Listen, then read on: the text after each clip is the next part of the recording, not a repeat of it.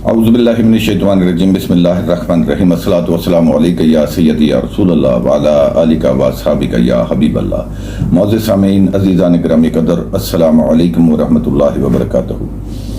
حاضرین محترم، آج ہم گفتگو کریں گے تصوف، طریقت، معرفت اور حقیقت کیا عہد رسالت مآب صلی اللہ علیہ وآلہ وسلم کی حیات طیبہ سے شروع ہوا یا آپ صلی اللہ علیہ وآلہ وسلم کی حیات طیبہ کے کئی سو سال بعد شروع ہوا؟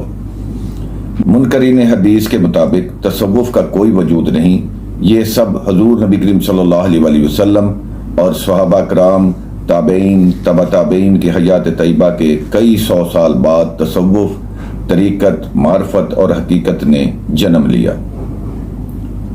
تصوف کا شریعت محمدی صلی اللہ علیہ وآلہ وسلم کے ساتھ کوئی واسطہ نہیں، یہ سب بدعتی لوگ ہیں، شرک کرتے ہیں۔ آج ہم اس بات پر گفتگو کریں گے کہ تصوف، طریقت، معرفت اور حقیقت کب سے مارد وجود میں آیا، جبکہ تصوف، طریقت، معرفت قرآن پاک سے بھی ثابت ہے، جیسا کہ حضرت سلیمان علیہ السلام کے دور میں عاصب بن برخیہ کا واقعہ موجود ہے۔ اسی طرح حضرت یوسف علیہ السلام کے دور میں بھی تصوف کے متعلق شواہد ملتے ہیں۔ اسی طرح حضرت موسیٰ علیہ السلام کے دور میں حضرت خضر علیہ السلام کا واقعہ موجود ہے۔ ان تمام انبیاء کے واقعات کی تفصیل حدیث مبارکہ میں بھی موجود ہے، لیکن ہم ان تمام واقعات کو چھوڑ کر عہد رسالت مآب صلی اللہ علیہ وآلہ وسلم کو دیکھتے ہیں کہ کیا آپ کے دور میں تصوف، طریقت، معرفت پر عمل کرنے والے موجود تھے، اور اگر موجود تھے تو ان کا استاد کون تھا اور وہ کیا تعلیمات حاصل کرتے تھے؟ کیا اس دور میں صوفیاء تھے؟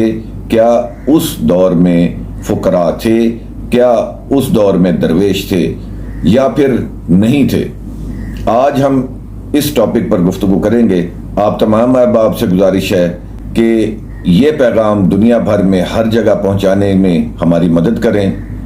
مدد اسی طرح ہو سکتی ہے کہ آپ ہمارے اس چینل کو لائک کریں، کمنٹس کریں اور کمنٹس باکس میں اپنے خیالات کا اظہار کریں۔ ہماری یہ ویڈیو آخر تک دیکھیں اور ہماری حوصلہ افزائی کے لیے اس چینل کو سبسکرائب ضرور کیجیے۔ حاضرین محترم، عہد رسالت مآب صلی اللہ علیہ وآلہ وسلم میں ایک مقام مسجد نبوی میں ایسا بھی تھا جس کو ہم آج اپنی زبان میں مدرسے کا نام دیتے ہیں۔ حاضرین محترم، عہد رسالت مآب صلی اللہ علیہ وآلہ وسلم میں ایک مقام مسجد نبوی میں ایسا تھا جس کو آج ہم اپنی زبان میں مدرسہ کا نام دے سکتے ہیں، اور وہ مقام کون سا تھا؟ جی ہاں، وہ مقام صفا کا تھا۔ آج ہم اس مقام کو اصحاب صفا بھی کہتے ہیں۔ صفا عربی زبان میں چبوترے کو کہتے ہیں۔ روضہ رسول صلی اللہ علیہ وآلہ وسلم کے ساتھ وہ چبوترا آج بھی موجود ہے۔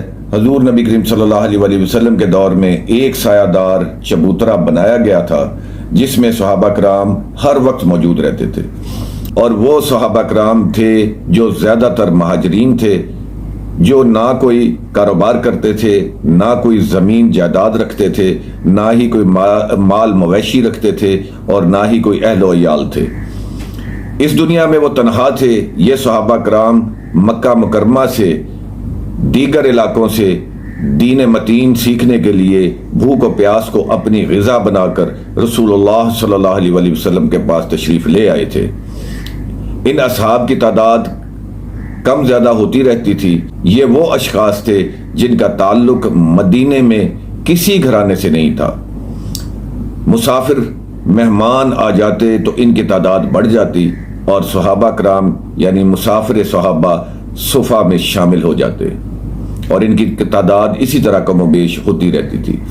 علامہ نوری رحمۃ اللہ علیہ فرماتے ہیں کہ اصحاب صفا جب پردیسی اور بے سر و سامان تھے، جو دنیا سے بے رغبت تھے، ان کو دنیا سے کوئی لگاؤ نہ تھا، ان اصحاب نے مسجد نبوی کو قیام گاہ بنا رکھا تھا۔ یہ چبوترا مسجد سے علیحدہ تھا۔ اس چبوترے سے یعنی اس چبوترے پر سایہ کے لیے کھجور کے پتوں سے چھت ڈالی ہوئی تھی۔ یہ اصحاب دن رات اسی چبوترے پر رہتے تھے۔ ان کی تعداد کبھی 70 ہو جاتی تھی، کبھی اس سے بھی زیادہ ہو جاتی تھی۔ تاریخ اسلام کے مطابق ان کی تعداد 700 تک تھی۔ مدینہ منورہ میں آنے والے کا اگر کوئی جان پہچان والا نہ ہوتا تو وہ ان اصحاب میں شامل ہو جاتا تھا۔ بظاہر یہ تو صحابہ بڑے ہی کمزور تھے اور تنگ دست تھے، ان کے پاس پہننے کو اچھے کپڑے نہیں تھے، ان کے پاس کھانے کو کچھ نہیں تھا، آرام کرنے کے لیے نرم و گرم بستر نہیں تھے، دنیا کی کوئی شے ان کے پاس موجود نہیں تھی، مگر اللہ رب العزت کی بارگاہ میں یہ بڑے ہی مقبول ترین لوگ تھے اور رسول اللہ صلی اللہ علیہ وسلم کے بڑے ہی مقرب تھے۔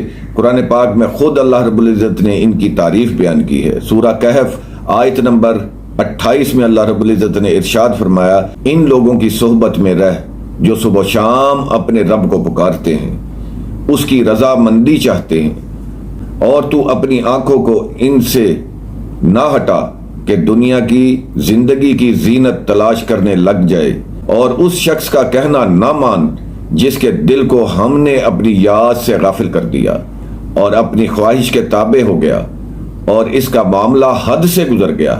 حضرت قتادہ رضی اللہ تعالیٰ عنہ فرماتے ہیں کہ جب یہ آیت نازل ہوئی تو رسول اللہ صلی اللہ علیہ وسلم نے فرمایا، ستائش ہے اس اللہ کے لیے جس نے میری امت میں ایسے لوگ پیدا کر دیے جن کی معیت میں مجھے جم کر بیٹھنے کا حکم ہو چکا ہے۔ بخاری شریف کی حدیث میں آتا ہے، ابو ہریرہ رضی اللہ تعالیٰ عنہ فرماتے ہیں کہ میں نے 70 اصحاب صفا کو دیکھا جن میں سے کسی ایک کے بدن پر چادر تک نہ تھی، یا تو لنگی تھی جس کو تہمد کہتے ہیں، یا پھر کملی تھی یعنی کمبل، چھوٹا کمبل تھا جو گلے میں انہوں نے باندھ رکھا تھا۔ اس کمبل کی لمبائی آدھی پنڈلیوں تک تھی، کسی کے ٹخنوں تک تھی۔ اپنے دونوں ہاتھوں سے بار بار وہ اپنے سطر کو چھپانے کے لیے اس کمبل کو آگے پیچھے کرتے رہتے تھے تاکہ سطر نہ کھل جائے۔ حضرت قتادہ فرماتے ہیں کہ یہ اصحاب ایک وقت کی نماز ادا کر کے اگلی نماز کا انتظار کرتے رہتے تھے۔ حاضرین محترم، اصحاب صفا نے اپنی زندگیاں اس طرح گزاری کہ وہ آج رسول اللہ صلی اللہ علیہ وسلم کی امت کے لیے مثال ہیں۔ ان کا اخلاق، ان کا اخلاص، ان کا تقوی، ان کا زہد، ان کی عاجزی، ان کی خدمت دین، ان کی قناعت، ان کا توکل، ان کا شوق علم، ان کا خوف خدا، عشق مصطفیٰ سمیت تمام اچھی خوبیاں ان کی مثال آپ ہیں۔ یہ صاحب محض عبادت الہی اور صحبت رسول صلی اللہ علیہ وسلم کو اپنی زندگی کا محاصل سمجھتے تھے۔ رسول اللہ صلی اللہ علیہ وسلم اپنے اہل بیت کے مقابلے میں ان کا حق مقدم رکھتے تھے اور ان کو اپنے ساتھ کھانے میں شریک فرمایا کرتے تھے۔ جو لوگ شادی کر لیتے تھے وہ اس جماعت سے نکل جاتے تھے۔ اصحاب صفا نماز سے فارغ ہونے کے بعد اگلی نماز تک ذکر الہی میں مشغول ہو جاتے، اجتماعی عبادات کرتے، ریاضات کرتے، اور رسول اللہ صلی اللہ علیہ وسلم جب تشریف لے آتے تو یہ لوگ دیوانوں کی طرح رسول اللہ صلی اللہ علیہ وسلم کے ارد گرد جمع ہو جاتے اور پھر قرآن اور سنت کا علم سیکھتے۔ جب دوسرے صحابہ چلے جاتے تو تنہائی میں یہ لوگ رسول اللہ صلی اللہ علیہ وسلم سے تصوف کا علم سیکھتے۔ بخاری شریف کی حدیث نمبر 120 کے مطابق ابو ہریرہ رضی اللہ تعالیٰ عنہ فرماتے ہیں کہ میں نے رسول اللہ صلی اللہ علیہ وسلم سے علم کے 2 برتن یاد کیے تھے، جن میں سے ایک تو میں نے پھیلا دیا جس کو ہم شریعت کہتے ہیں، اور دوسرا علم ایسا ہے کہ اگر میں اس کو پھیلا دوں تو تم میری شہرک کاٹ دو گے۔ اس حدیث سے معلوم ہوا کہ پہلا علم شریعت مطہرہ کا ہے جو آج ہم تک قرآن و سنت اور کتابوں واضحوں کے ذریعے پہنچا۔ دوسرا علم کون سا تھا؟ وہ علم باطنی علم تھا، وہ علم روحانی علم تھا، وہ علم تصوف تھا، وہ علم طریقت کا تھا، وہ علم معرفت کا تھا، وہ علم حقیقت کا تھا، اور سب سے بڑی بات علم لدنی کا علم تھا۔ حاضرین محترم، اصحاب صفا ہر وقت ذکر الہی میں مگن رہتے تھے، مراقبات میں مگن رہتے تھے، ہر وقت مشاہدات میں مگن رہتے تھے۔ تصوف کا آغاز الحمدللہ حضور نبی کریم صلی اللہ علیہ وسلم کے زندگی سے شروع ہوا، اور آج جتنے سلاسل ہیں، جتنی طریقت پر عمل کرنے والے لوگ ہیں، جتنے مشائخ ہیں، یہ اسی سلسلے کی ایک کڑی ہے، وہیں سے فیض یاب ہو کر آج تک سلاسل چل رہے ہیں۔ میرا مقصد تھا آپ تک حقیقت کو پہنچانا۔ انشاءاللہ اس کے اوپر اگلی ویڈیو پر ہم گفتگو کریں گے۔ جب تک کے لیے اپنے میزبان سید ہارون شاہ ہاشمی کو اجازت دیجیے، ملاقات ہوگی اگلی نشست میں۔ السلام علیکم ورحمۃ اللہ وبرکاتہ۔